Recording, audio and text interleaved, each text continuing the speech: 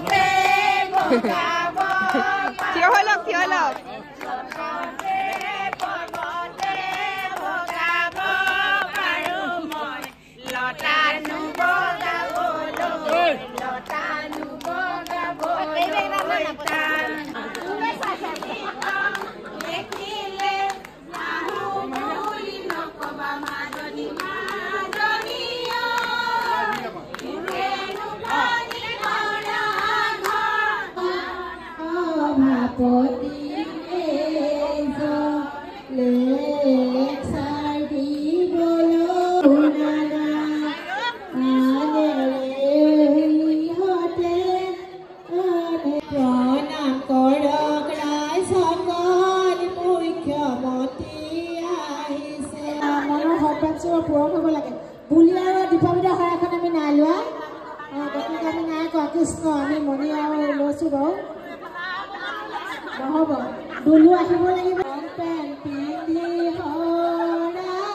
দিয়া প্ৰথম দেখিলোঁ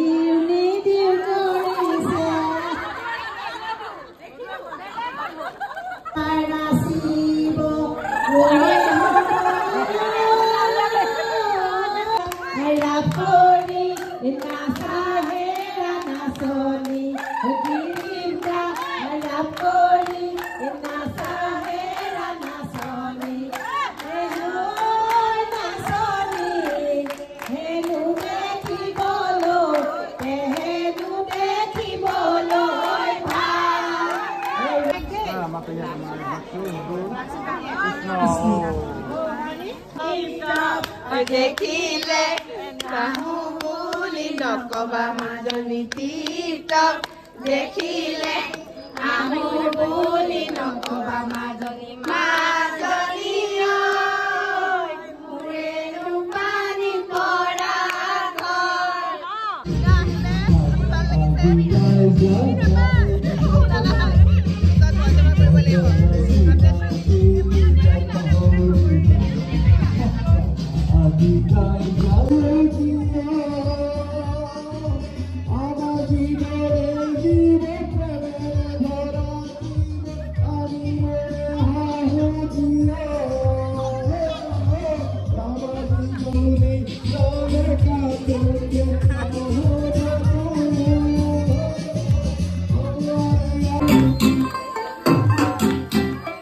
Tuk tuk tuk